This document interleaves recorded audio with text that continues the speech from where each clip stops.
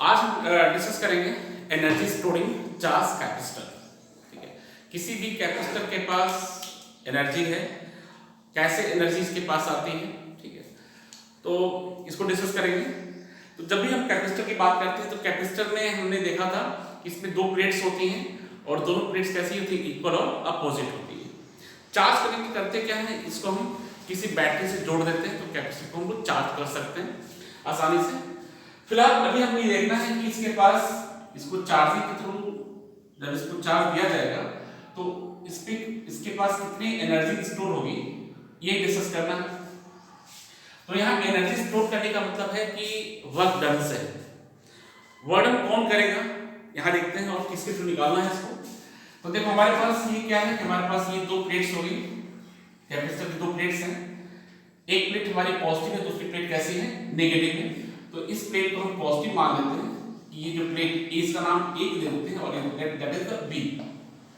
Plate A कैसा है, plate ए हमारा पॉजिटिव चार्ज इस पे है और इस पे क्या है, नेगेटिव चार्ज। तो ये पॉजिटिव नेगेटिव वो कैसे रहा है, इसके लिए कंसीडर करना पड़ेगा कि इस प्लेट बी से हमारे पास कुछ चार्ज कहाँ है, प्लेट ए पे ट्रांसफर हो रहे हैं और वो चार्ज कैसे होंगे, प्लस चार्ज होंगे जो यहाँ से चल करके यहाँ पे आएंगे। ठीक है, तो इस तरह से हम ये मानते चलेंगे कि हमारे पास थोड़े थोड़े से चार्ज क्या हो गए, थोड़े थोड़े चार्ज जो पॉजिटिव चार्ज है वो प्लेट बी से निकल करके कहाँ है, प्लेट ए पे आ रहे हैं। तो अब यहाँ कॉन्सेप्ट आएगा कि भाई जब इस तरह से चार्ज यहाँ ट्रांसफर होगा तो इसके पास पॉजिटिव चार्ज बढ़ते जाएगा, ठीक है, और इसके पास नेगेटिव चार्ज बढ़ता जाएगा। तो ये आसानी से जाने वाले नहीं है, जो चार्ज यहाँ से ट्रांसफर होगा वो चार्ज इतने आसानी से नहीं जाएगा। यानी क्या होगा, यानी इसको यहाँ से यहाँ ले आने में हमें क्या करना पड़ेगा, हमें वर्क करना पड़ेगा और वही वर्क हमको क्या करना है, फाइंड करना है कि ये वर्क होगा कितना। तो हम लोग मान लेते हैं कि किसी समय हम इसको चार्ज कर रहे थे, ठीक है, इसको चार्ज ट्रांसफर यहाँ हो रहा था। तो पहले तो ये मान लेते हैं कि ये जो कैपेसिटर है इसका कैपेसिटेंस क्या है, दैट इज सी। ठीक है, कैपेसिटेंस इसका कितना है, कैपेसिटेंस इसका है दैट इज सी। ठीक है, इसका कैपेसिटेंस क्या है, सी रहेगा और इसमें हम लोग क्या कर सकते हैं, इसमें हम लोग चार्ज को स्टोर करेंगे। ठीक है, तो हमने मान लिया कि किसी समय ए और बी के बीच का जो पोटेंशियल डिफरेंस है वो क्या है, दैट इज वी नॉट। ठीक है, क्या है कि उस समय इसका पोटेंशियल डिफरेंस कितना है, वी नॉट है और उस समय जो चार्ज है, ठीक है, वो कितना है, प्लेट ए पे चार्ज क्या है, दैट इज क्यू नॉट मान लेते हैं। ठीक है, क्या है, हमने क्या देखा कि किसी समय इसके पास जो वोल्टेज है वो कितना है, वी नॉट है। इन दोनों के बीच का जो पोटेंशियल डिफरेंस क्या है, वी नॉट है और उस जो प्लेट ए है इस पे कितना चार्ज है, क्यू नॉट। ठीक है, अब हम करना क्या चाहते हैं, इसको हम चार्ज देकर इसको चार्ज देना चाह रहे हैं। ठीक है, इसको हम सफिशिएंट अमाउंट ऑफ चार्ज देना चाहते हैं। ठीक है, तो अब हमें करना क्या है, हमें यहाँ चार्ज को ट्रांसफर करना है। चार्ज को क्या करना है, बी से ए पे ट्रांसफर करना है। तो चार्ज को ट्रांसफर करने में क्या होगा, चार्ज को ट्रांसफर बी से ए ट्रांसफर करने में हमको वर्क करना पड़ेगा। ठीक है, तो हम ये मानते हैं कि हमने dq चार्ज को क्या किया, ट्रांसफर किया। ठीक है, हमने क्या किया, यहाँ से dq चार्ज को ट्रांसफर किया तो इस चार्ज को ट्रांसफर करने में वर्क निकालना पड़ेगा। तो इसके लिए याद कर लो कि हमारे पास जो कॉन्सेप्ट है वर्क का, ठीक है, वो कैसे निकलता था, V = W/Q या W = क्या हो गया, W = Q × V हो गया। ये तुम्हारे पास जनरल फॉर्मूला है ये, लेकिन अगर इसको हम चाहें तो हम इसको ऐसे बना सकते हैं कि लेट दिस वर्क dW = क्या है, कितना चार्ज मूव कर रहे हैं, dq चार्ज मूव करेंगे हम लोग। ठीक है, dq चार्ज मूव करेंगे और पोटेंशियल डिफरेंस V है तो वर्क कैसे निकलेगा, dW = dq × V से हम लोग वर्क निकाल सकते हैं, इसको हम वर्क निकाल सकते हैं। तो ये वर्क निकालने का फॉर्मूला है। एक बार फिर से रिकॉल कर लो, हमें करना क्या है, हमें करना है इन कैपेसिटर को चार्ज करना है। चार्ज करने के लिए देखा यहाँ से ये जो प्लेट नेगेटिव थी यहाँ से चार्ज ट्रांसफर हो रहा है, प्लेट ए पे चार्ज ट्रांसफर हो रहे हैं। इस तरह से ये प्लेट फाइनली हमारे पास नेगेटिव चार्ज हो जाएगी और ये क्या होगा, ये पॉजिटिव चार्ज हो जाएगा। तो अब इस दौरान हमने क्या बोला कि थोड़ा थोड़ा करके यहाँ से क्या है, यहाँ से थोड़ा थोड़ा अमाउंट ऑफ चार्ज dq यहाँ से निकल करके कहाँ आ रहा है, प्लेट बी से निकल करके प्लेट ए पे आ रहा है। तो फाइनली हम क्या देखेंगे कि सॉल्यूशन ऐसे आएगी जब इसके पास टोटल जो चार्ज होगा, यानी इसके पास जो टोटल चार्ज पहुंचेगा वो हो जाएगा Q नॉट। यानी इनिशियली हमारे पास चार्ज कितना था, तो इनिशियली हमारे पास चार्ज हमारे पास 0 था। ठीक है, इनिशियल चार्ज क्या था, 0 था, और ये फाइनल चार्ज इसके पास कितना हो जाएगा, क्यू नॉट हो जाएगा। इस प्रोसेस में हमने देखा कि किसी स्टैंड पे हमने क्या देखा कि इसके पास जो वोल्टेज है, इनके पास जो किसी स्टैंड वोल्टेज V है और क्या है, किसी स्टैंड वोल्टेज V और चार्ज के पास क्या है, Q है।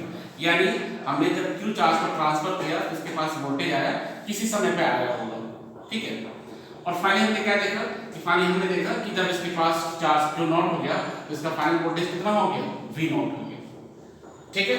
और ये चार्ज यहाँ से ट्रांसफर, तो हमने क्या बताया कि इसके लिए इसको बर्डन निकालना पड़ेगा, चार्ज से यहाँ से यहाँ मूव करने का बर्डन, और बर्डन का फॉर्मूला हमने समझाया कि W = Q × D वाले कॉन्सेप्ट को उठाएंगे तो इसको हम ऐसे दे सकते हैं क्या कि dW = dQ × V, ठीक है। तो अब आते हैं वापस कि अगर हमको इस फॉर्मूला पता है क्या कि dW = क्या है, V × dQ, तो हम टोटल वर्क निकालें, क्या करें हम लोग, टोटल वर्क निकालें। तो टोटल वर्क कैसे निकलेगा, तो टोटल वर्क निकालने के लिए हमको dW को इंटीग्रेट करना पड़ेगा, ठीक है। dW को इंटीग्रेट करेंगे, लेकिन इसके पहले और देखो हमारे पास रिलेशन है क्या, C = Q/V वाले कॉन्सेप्ट से हम V निकालें तो V = क्या हो गया, Q/C हो जाएगा, ठीक है। तो इसमें हम करते क्या है कि इस V की वैल्यू को यहाँ पे पुट करेंगे, दैट इज Q * देख लो V, या लिख सकते हैं यहाँ पे Q/C × dQ, यहाँ पे लिखेंगे Q/C × dQ। 1/C तो हमारा बाहर आ जाएगा, सो W = ये 1/C तो हमारा बाहर आ जाएगा, इंटीग्रेशन Q × dQ। तो शुरू में चार्ज क्या था, तो शुरू में चार्ज हमारे पास 0 चार्ज था, अब कितना हो गया, अब हमारे पास चार्ज में क्या हो जाएगा, चार्ज हमारे पास Q नॉट हो गया। तो देखो इसको इंटीग्रेट करेंगे तो हमारे पास Q का इंटीग्रेशन क्या होगा, दैट इज Q² / 2, जो हमारे पास क्या हो जाएगा 1/C, और इसकी वैल्यू हो जाएगी Q² / 2, और लिमिट क्या हो जाएगा 0 से Q नॉट, ठीक है। तो अब देखो हमारे पास क्या आने जा रहा है इसकी वैल्यू, तो ये 1/2C हमारा बाहर हो जाएगा, बचेगा क्या Q², इसकी लिमिट पुट करेंगे तो हमारे पास क्या आएगा Q02,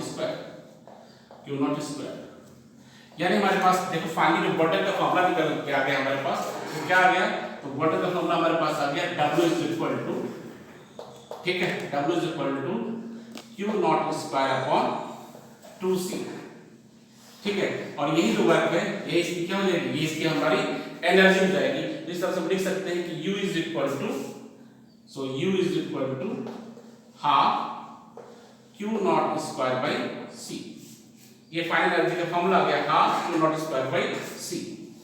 अब यहाँ इस फॉर्मूले को और हम चेंज कर सकते हैं, कैसे, since Q = C × V, so Q0 देखो यहाँ लिख सकते हैं Q0 क्या हो जाएगा, C × V0, इसको भी अप्लाई कर सकते हैं।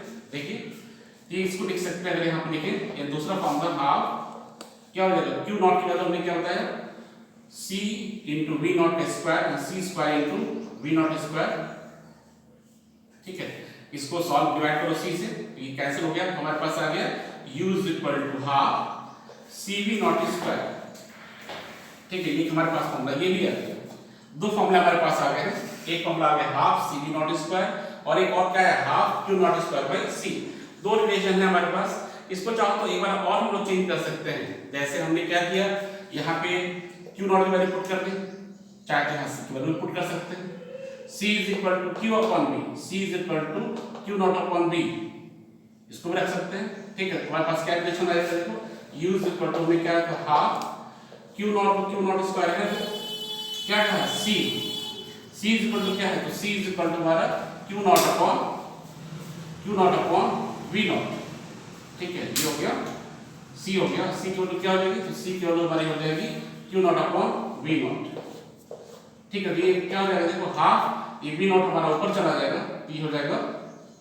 ½ Q0 × V0, यानी हमारे पास तीन रिलेशन आ गए, क्या, किसी भी कैपेसिटर के पास जो एनर्जी स्टोर होती है, इसकी तीन फॉर्मूले हमारे पास आ गए।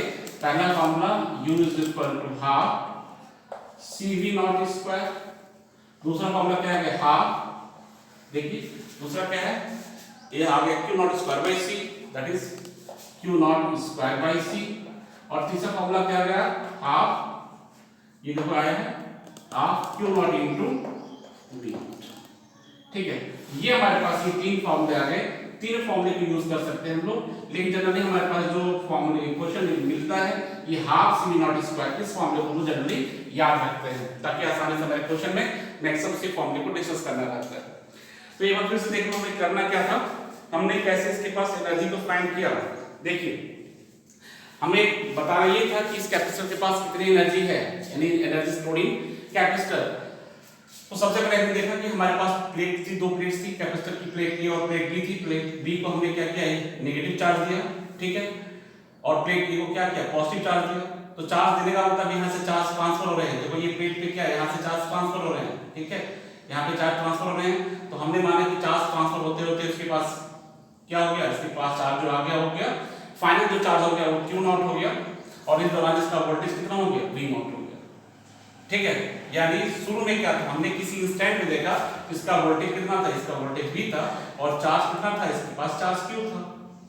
कब, जब थोड़ा थोड़ा चार्ज ट्रांसफर होता गया तो किसी इंस्टेंट में देखा कि वोल्टेज वी और चार्ज क्या था, क्यू था।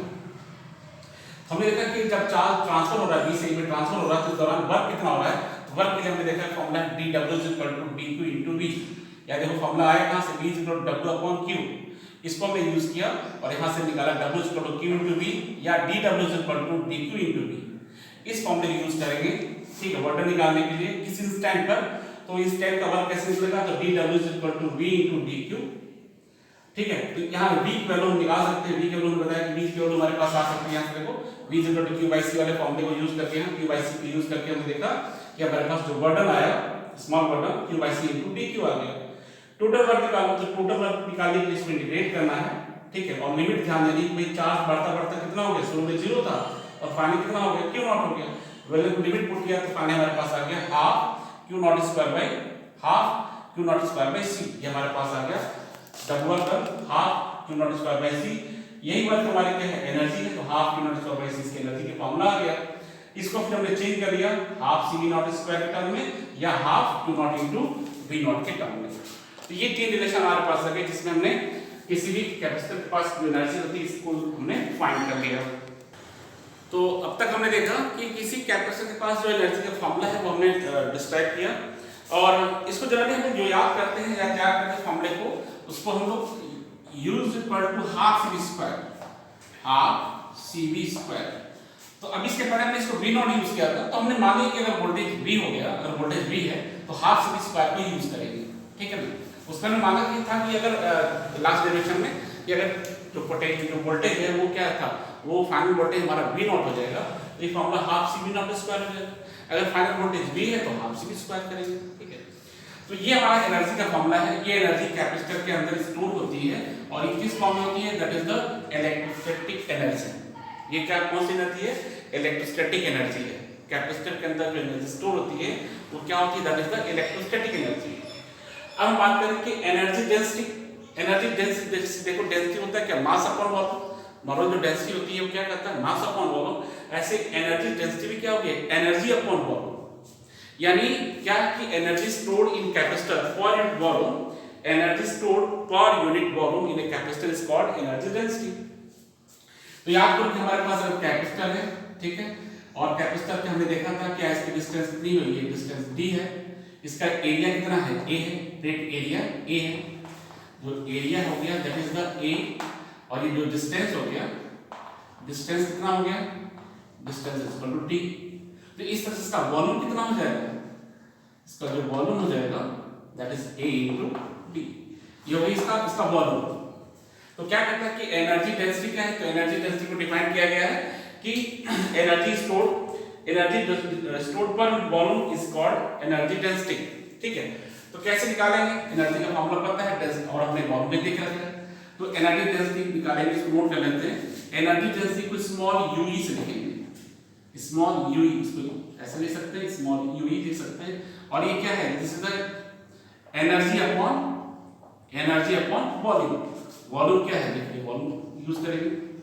अब देखो हमारे पास क्या एनर्जी का फॉर्मूला हाफ CV स्क्वायर, और वॉल्यूम कितना है, वॉल्यूम हमारा a × d है, ठीक है। तो ये हमारा एनर्जी डेंसिटी तो हो जाएगा, लेकिन इसको हम क्या करेंगे, इसको चेंज करेंगे, ठीक है। कैसे चेंज करना होगा, तो ये इस फॉर्मूले को देखो फिर से, दो तरीका हमारे पास है, या तो फिर इसको कैपेसिटेंस की वैल्यू को रखा जाए, पुट किया जाए, ठीक है। तो इस तरह से करके सॉल्व कर सकते हैं। जैसे देखिए कैसे करना होगा, इसका कैलकुलेशन और भी है, एनर्जी का कैलकुलेशन में और भी निकाला है क्या, half Q square by C, half Q square by C इसको भी निकाला है, उसको भी यूज कर सकते हैं। फिलहाल चलो देखते हैं इसको। तो हाफ सी, सी क्या है, सी इज द कैपेसिटेंस। तो इस तरह से कैपेसिटर का capacitance C is equal to A epsilon naught upon T, हम लोग पढ़ चुके हैं, ठीक है। और याद करो कि अगर इनके बीच में इलेक्ट्रिक फील्ड कितनी है, ई है, ठीक है, तो हम क्या निकाल सकते हैं, इसका voltage V equal to E into D, ऐसे भी निकाल सकते हैं, voltage equal to E into D को भी यूज कर सकते हैं। और इलेक्ट्रिक फील्ड की वैल्यू हमको पता है, electric field E equal to क्या होगा, सिग्मा अपॉन एप्सिलॉन नॉट होता है, ठीक है। और सिग्मा क्या होता है, चार्ज अपॉन एरिया, ठीक। तो देखो आसान ये रहेगा कि अगर इस फॉर्मूले को हम लोग हाफ क्यू स्क्वायर बाई सी के टर्म में, ये हमारे लिए आसान हो जाएगा। अदरवाइज इसको हम लोग सॉल्व कर सकते हैं, ठीक है। इधर देखो कैसे सॉल्व करेंगे, देखो फिर से हाफ सी की वैल्यू क्या है, तो A epsilon naught upon D, ये हो गया सी। v क्या है, तो v is equal to e into D, v is equal to क्या है, e इंटू डी है, divide by a into D, a into D, ठीक है। यहाँ तो कोई दिक्कत नहीं है। अब सॉल्व करते हैं, देखो क्या क्या चीजें कैंसिल हो रही है, यहाँ b से d कैंसिल कर लो, ठीक है। यहाँ एरिया से एरिया कैंसिल कर लो, ठीक। तो हमारे पास क्या आ रहा है, हाफ एप्सिलॉन नॉट, देखो हाफ एप्सिलॉन नॉट,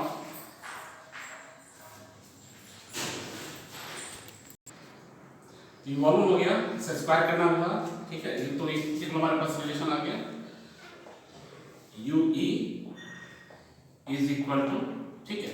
अब एक डी कैंसिल हो गया, देखो डी यहाँ से डी कैंसिल हो गया, ई स्क्वायर बचेगा और एक डी यहाँ से कैंसिल होगा।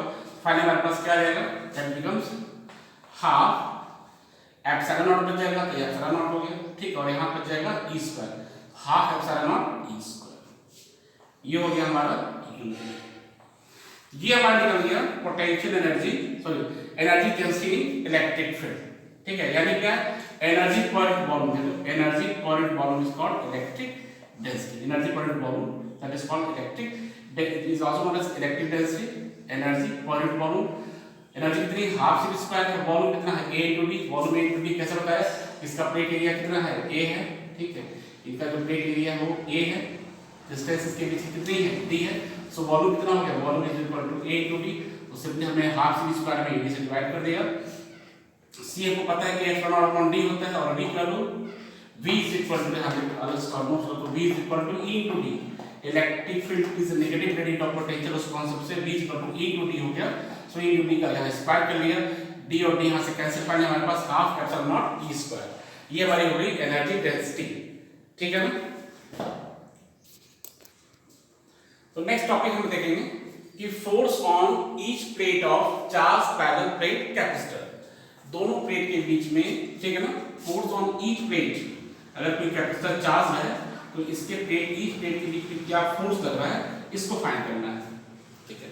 कैसे फाइंड करेंगे, तो पहले तो ये देखो कि ये जब कैपेसिटर हमारा चार्ज है तो उसके पास कुछ एनर्जी है, और वो एनर्जी क्या है, हाफ सी स्क्वायर, ठीक है। यानी ये जो चार्ज है इसके पास एनर्जी है, और ये एनर्जी क्या है, U is equal to half CV square है, ठीक है। या क्या है, U is equal to half Q square by C, ठीक है। ये हमको रिलेशन पता है, यानी जब कैपेसिटर ये चार्ज है उसके पास इतनी एनर्जी स्टोर है, that is equal to U is equal to half Q square by C, ये हमको पता है। अब देखिए क्या करें, ये हमको पता है कि जब ये चार्ज का मतलब ये हमारे पास क्या हो गया, नेगेटिव चार्ज हो गया, और दूसरा प्लेट कैसा है, दूसरा प्लेट हमारा पॉजिटिव चार्ज है। अच्छा, इस कैपेसिटर के लिए हमको पता है कि इसके बीच की जो डिस्टेंस है कितनी है, d है, और इसका जो कैपेसिटेंस है C is equal to A epsilon naught upon d, ये भी फॉर्मूला हो सकता है। अब ये कहा जाता है कि अगर इसके बीच की डिस्टेंस को हम थोड़ा सा चेंज करें, यानी इसको ये थोड़ा प्लेट को डिस्टेंस को बढ़ा दें, और हम ये माना कि इसको डिस्टेंस क्या है, डेल्टा डी को हमने इसको चेंज कर दिया, ठीक है। हमने क्या किया, इसको हमने इसमें जो डिस्टेंस थी इसको डेल्टा डी को हमने बढ़ा दिया। तो क्या कह रहा है कि जो बर्डन होगा, बर्डन क्या होगा, तो हम मान लेते हैं कि इन प्लेट के बीच में क्या है, फोर्स लग रहा है, और वो फोर्स क्या है, लेट F, ठीक है। F हमारा ये फोर्स हो गया, इन दोनों प्लेट के बीच में क्या लग रहा है, फोर्स F है, ठीक है। सो F is the magnitude of force between the plates of parallel plate capacitor. F is the force between plate of parallel plate capacitor. ये हमारा फोर्स हो गया। अब कह रहे हैं कि थोड़ा सा डिस्टेंस डेल्टा टी अगर चेंज करें तो हमें वर्क करना पड़ेगा, और वो वर्क कितना होगा? वर्क इज इक्वल टू होता है फोर्स इनटू डिस्प्लेसमेंट। तो ये जो चेंज यानी जो थोड़ा सा वर्क का होगा, delta W is equal to force into displacement F into delta T. ये हमारा हो गया वर्क, इतना हमको वर्क करना पड़ेगा, ठीक है। अच्छा, अभी जो वर्क आप कर रहे हैं, ये वर्क कर रहे हैं चेंज, यानी वो क्या रहा है, ये बेसिकली निकल रहा है चेंज एनर्जी, ठीक है ना। तो ये हमारे पास डेल्टा यू, यानी डेल्टा यू का मतलब इन्वर्टर से क्या निकालते हैं? एनर्जी निकालते हैं। तो डेल्टा यू जो होगा, ठीक है, ये इंक्रीज इन एनर्जी की बात करेगा, और ये डेल्टा यू भी हमारा डेल्टा डब्ल्यू हो जाएगा, और ये हमारा किसके बराबर है? F into delta D. देखो क्या कर रहे हैं कि जब आप इसको शिफ्ट कर रहे हो, इस प्लेट को आप शिफ्ट कर रहे हो, ठीक है, किस डिस्टेंस पे? ये डिस्टेंस हमने मान लिया कि डेल्टा डी डिस्टेंस हम इस यहाँ से शिफ्ट कर रहे हैं, इसकी ये डिस्टेंस डेल्टा डी होगी। तो हमें वर्क करना पड़ेगा, और वर्क हो गया एफ इनटू डेल्टा डी, और ये वर्क क्या होगा? ये वर्क हमारे स्टोर हो जाएगा as a change in energy. So delta U is equal to delta W, और ये क्या होगा? एफ इनटू डी के बराबर हो गया। अब आपको पता है कि इस डेल्टा वाले फॉर्मूले डेल्टा यू का फॉर्मूला अलग से लिखिए, इसको इक्वेशन नंबर 1 कर देंगे। अगेन क्या पता है? डेल्टा यू, देखो इसी रिलेशन से डेल्टा इज इक्वल टू क्या हो गया? हाफ क्यू स्क्वायर अपॉन सी, यानी इस पोजीशन में चेंज एनर्जी कब कितनी होगी अगर आप डिस्टेंस को क्या कर रहे हो? डिस्टेंस को डेल्टा टी से रिप्लेस करोगे, ठीक है। तो अब जरा देखिए क्या करेंगे हम लोग। हमें फॉर्मूला पता है, ये तुम्हारा जनरल फॉर्मूला है, यूज कर ली, तो फॉर्मूला तो पता ही है, यानी हमें ये हो गया हाफ क्यू स्क्वायर बाय सी, और सी की वैल्यू कितनी होती है? तो सी को लोगों को पता है कि a epsilon naught upon D होता है, ठीक है। तो इसको लिख सकते हैं क्यू स्क्वायर को क्यू स्क्वायर है ना, ये लिख सकते हैं a epsilon naught upon D, यानी हमारे पास जो रिलेशन u का था इसको ऐसे लिख सकते हैं half Q square upon a epsilon not into D. लेकिन अभी हम कर क्या रहे हैं? अभी हम यहाँ पे डिस्टेंस डेल्टा टी को चेंज कर रहे हैं, ठीक है। तो इस तरह से हमारे पास जो डेल्टा यू आएगा, चेंज एनर्जी जो आएगी, ठीक है, क्या आएगा? Half Q square upon a epsilon not into delta T, equation number 2, ठीक है। ये भी क्या है? ये भी चेंज एनर्जी, और यहाँ भी हमने चेंज एनर्जी निकाला, ठीक है। ये दोनों कैसी हैं? दोनों चेंज एनर्जी हैं, दोनों सेम है from equation 1 and 2, from 1 and 2 दोनों इक्वेशन से मिला हो जाएगा, क्या हो जाएगा? f into delta D. So f into delta D is equal to half q square upon a epsilon into delta D. Delta D cancel कर दो, हमारे पास रिलेशन आ गया, जो फोर्स का हो गया f is equal to half q square upon a epsilon naught, ठीक है। ये आ गया half q square upon a epsilon naught, ठीक है। ये हमारा फोर्स का फार्मूला हो गया, देखो ये हमारा हो गया फोर्स का फार्मूला, ठीक है। यानी एक बीच में कितना फोर्स लग रहा है? ये हो गया F is equal to q square upon 2 epsilon into a हो गया, ठीक है। अब इसमें आप चाहो तो उसको और भी चेंज कर सकते हैं। फिलहाल ये हमारा जनरल फार्मूला हो गया, और इसको ऐसे लिख सकते हो q अपॉन एप्सिलॉन नॉट, ये हमारी क्या होगी? दैट इज द मतलब density. q upon epsilon not क्या होता है? ये हमारा डेंसिटी, इसको डेंसिटी के टर्म में चेंज कर सकते हैं, और उसको चाहो तो इलेक्ट्रिक फील्ड के टर्म में भी चेंज कर सकते हैं, ठीक है। देखो क्या करना चाह रहा है? कह रहा है क्या? इसको इलेक्ट्रिक फील्ड के टर्म में चेंज करना है। तो इलेक्ट्रिक फील्ड के टर्म में चेंज करने के लिए आपको क्या करना होगा? आपको एप्सिलॉन नॉट, ठीक है, चार्ज और एरिया की वैल्यू पता होगी, तो आप चेंज कर सकते हो। देखो कैसे? हाफ को हाफ रहने दो, छोड़ दो, क्यू को अलग कर लो, हमारे पास क्या हो गया? देखो q upon a epsilon not, q upon a क्या होता है? ये हमारा हो गया सिग्मा, और sigma upon epsilon not this is the electric field. तो हमारे पास फाइनल फॉर्मूला और आ गया, क्या? फोर्स का F is equal to half q into E। ये हो गया force between force on each plate of the charge parallel plate capacitor के बीच में वाला फोर्स का ये फार्मूला आ गया, ठीक है। बहुत सिंपल सा ही है, कोई दिक्कत नहीं है इसमें। पहले हमने क्या देखा कि हमारे पास जो कैपेसिटर है, ये चार्ज है, इसके पास एनर्जी कितनी है? Half Q not Q square by C हो गया। हाफ से भी का फार्मूला है, ये भी फार्मूला हमारे पास है, ठीक है। इसको यूज किया, इसका capacitance C A epsilon d हो गया। ठीक, हम क्या कर रहे हैं, इस प्लेट को शिफ्ट कर रहे हैं, प्लेट पे हम कितना distance delta D distance change कर रहे हैं, तो ये वर्क करना पड़ेगा, ये वर्क होगा डेल्टा चेंज एनर्जी के बराबर हो जाएगा और ये F इनटू डेल्टा डी आ गया। अब फिर से हम इसकी बात कर रहे हैं, हमारे पास जो रिलेशन U है, जिसके पास एनर्जी स्टोर्ड है, इसका फॉर्मूला हमारे पास ये पता ही है। इसमें क्या है कि इसमें अगर डिस्टेंस d को डेल्टा डी चेंज करें तो इस तरह से चेंज एनर्जी हमारे पास आएगी, डेल्टा डी से रिप्लेस कर देना होगा। इक्वेशन 1 और 2 को कंपेयर किया, 1 2 कंपेयर किया तो यहां से f की वैल्यू आ गई और f की वैल्यू हमारे पास आ गई half q dot q square upon a epsilon not. हमने क्या किया कि इसको अलग अलग कर दिया, q को अलग कर दिया, बाकी टर्म को अलग करके देखा ये क्या चीज है, ये तो हमारे इलेक्ट्रिक फील्ड है। तो हमारे पास जो फोर्स का फॉर्मूला है f is equal to half q square upon q square into e। ठीक है, ये हमारे पास रिलेशन आ गया, क्या फोर्स का रिलेशन आ गया दोनों प्लेट के लिए। अब हम फाइंड करेंगे कि energy stored in series and parallel combination of capacitor. तो जरा देखो हम कैसे फाइंड करना चाह रहे हैं। हमने एनर्जी की वैल्यू निकाल ली थी, किसी भी कैपेसिटर के पास जो एनर्जी होती है that is half CV square.